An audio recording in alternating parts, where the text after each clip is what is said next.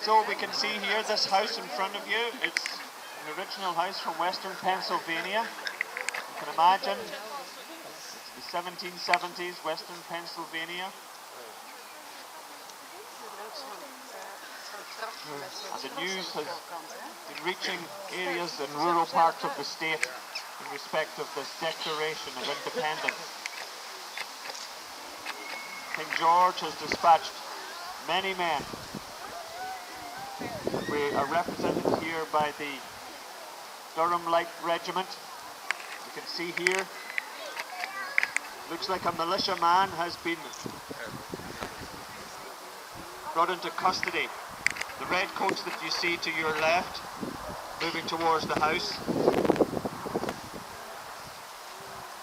members of the Durham Regiment, red coats. The man in the front with a hunting shirt is a militiaman. He's for independence. He's obviously been arrested and found.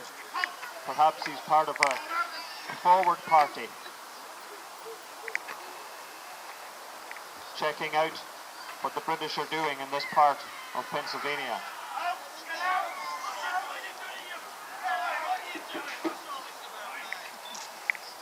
Another militiaman to the left of the door. His house has been taken over by the redcoats.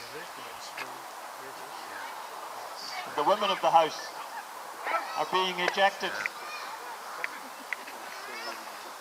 It's true to say that this conflict, like all conflicts, would have affected men, women and children. And we can't, of course, forget the effect that it had on the native peoples of North America. In this particular part of America, we're talking about the Six Nations Iroquois, the woodland tribes, who had to decide what they wanted to, or who they wanted to align themselves to. It's true that some of the tribes decided to align themselves with the British, but others would have decided to support the militia and the Revolutionary Army. So it was a very difficult and challenging time for the native people of North America as more and more people from Europe arrived to take over their country.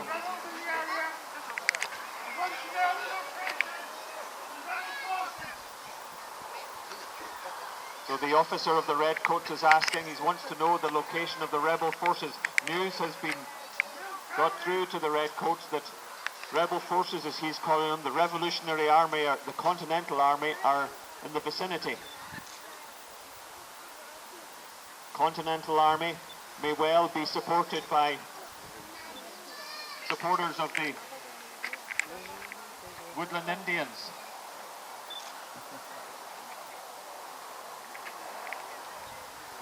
To your extreme right now, folks, you hopefully can make out that a couple of the redcoats have been caught. And here we have maybe a bit of trading going on. Is it going to be a case that the redcoats are going to be traded by the Woodland Indians in return for the militia man? So a bit of some element of trying to understand each other. A very nervous and tense time.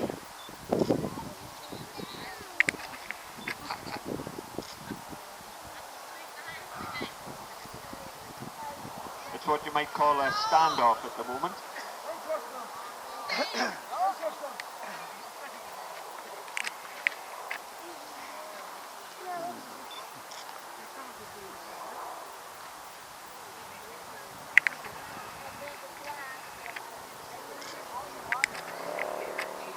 Only one militiaman in return for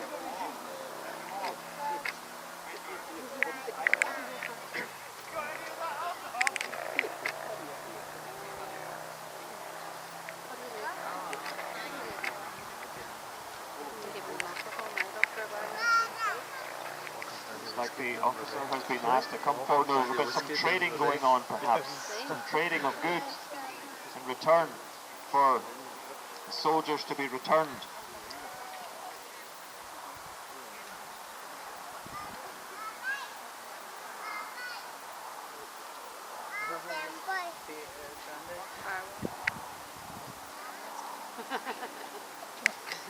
So in return for some of the white man's liquor,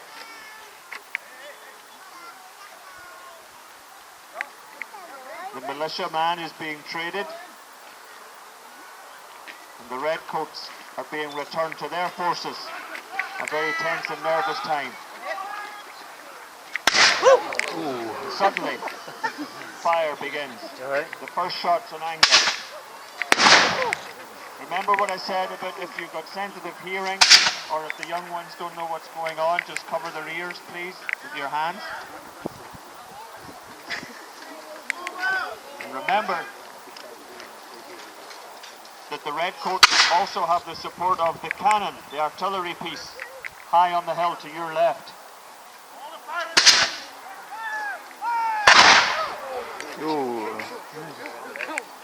That's what the cannon can do. Firing down on the woodland Indians to your right, who seem to be penned in at the trees at the moment.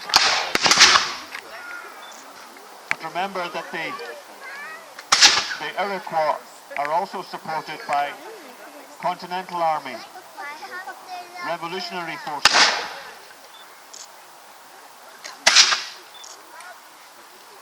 So we can see here now the officer of the Durham Regiment is now getting his men ready to go into battle.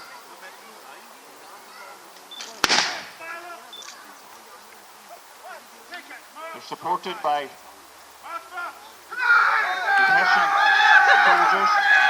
There's an advance being made by the redcoats. Oh! They don't know where to go. To your left hand, face! Show your firearms! Hold your firearms! Go clap! Present! Fire! A good man could perhaps load his musket, get 3 shots off in a minute. Have to ram the powder and stuff down into the barrel of their musket. If you're looking at the red coats, you'll see what they're doing now. And getting ready for the command to fire again.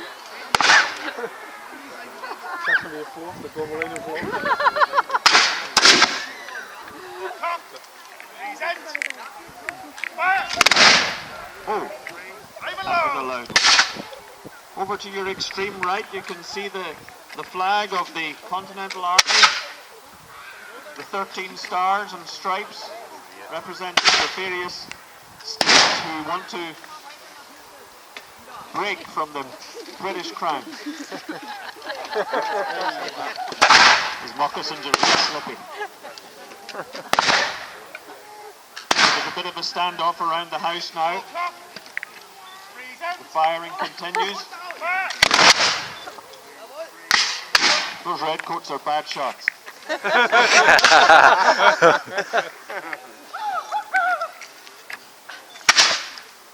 It's hard to tell who's going to advance. There's a bit of hit. You really need the redcoats really need the support of that cannon. Every takes 10 minutes. Behind the bush, and we can see now in a line to your extreme right, around the tent there with the flag, you have the revolutionary soldiers. These are regulars of the Continental Army who are fighting against the British.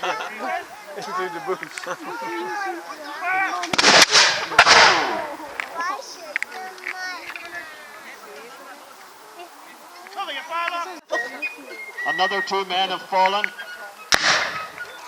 trying to drag back their wounded.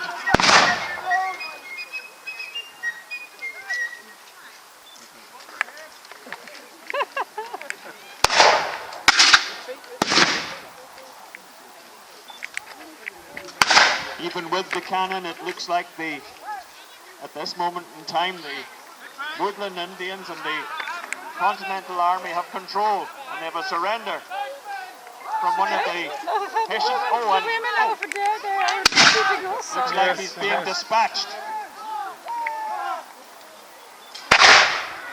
Sure. Now, even more now, moving into your extreme right, we have the militia sharpshooters. You can see the men in their hunting shirts to your extreme right. These are not regular army, American army. These are men who have stood up and are in support of this fight for independence from the British.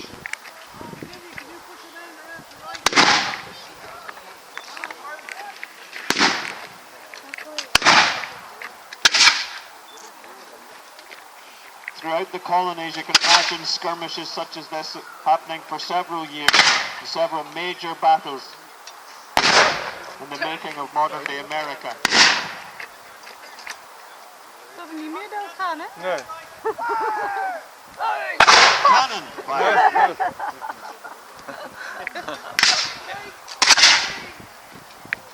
All of the time, our redcoats are having to retreat, helping to defend their property.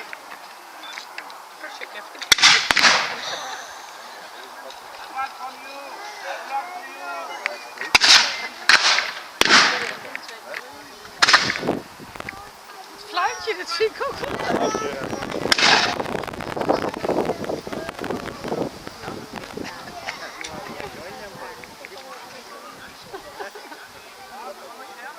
Looking now like our woodland Indians along the fence line are deciding what their next move is going to be.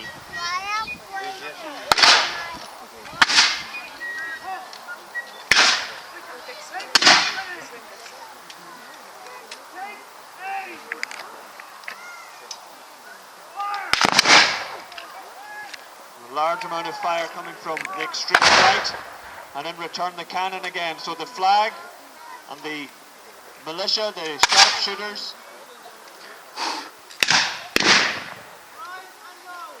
and you've got an officer there in the blue tunic to the right where the flag is, moving forward now and deciding what the next move is going to be.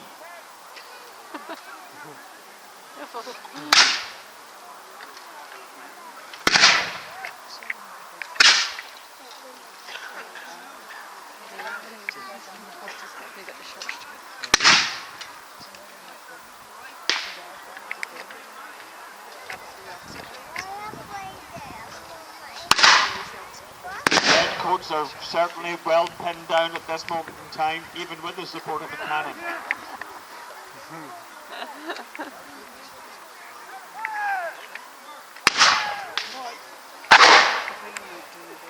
Another shot from the cannon goes out, and here we have to your right the militia moving forward with the flag. They feel that they have the English well pinned down.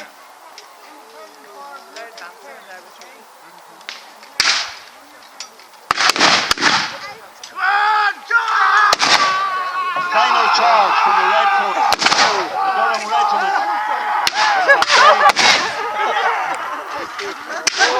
Not in a position to fight anymore, and they have been dispatched. But the militia still have to be concerned about that cannon on the hill.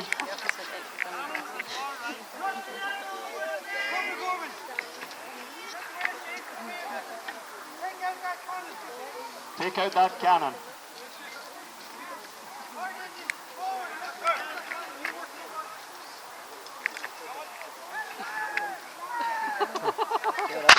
One more shot. Now, is he going to have time to reload that cannon before they get there? I don't think so. They're up that road like Billy-O. They have been dispatched.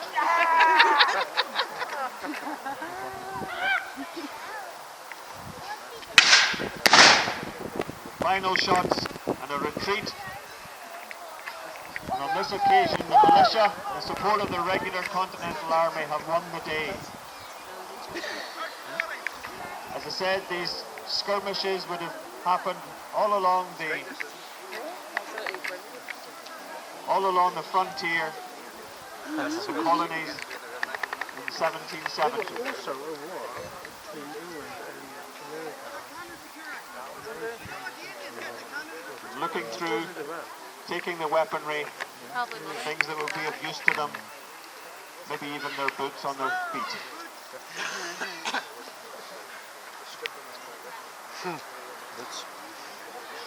This, ladies and gentlemen, is a display and it's a reenactment, and therefore our reenactors can resurrect to live and fight another day.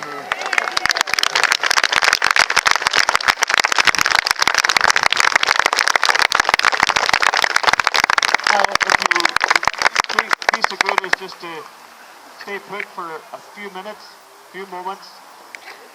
Our reenactors are going to gather together in the field.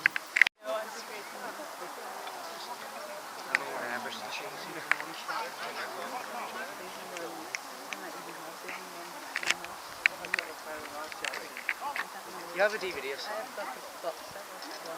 We have the Iroquois group who come all the way from Germany. We have our Hessian soldiers who come again from Germany, the blue and the green soldiers that you see, our red coats come all the way from England, the Durham Regiment, and then the men in the hunting shirts and in the blue closest to you with the flag are our minstrel boys from the north and south of Ireland. They're supported with their colleagues up on the hill with the cannon. And what about the women down on the porch there? Done a wonderful job as well. Give our women a round of applause, please.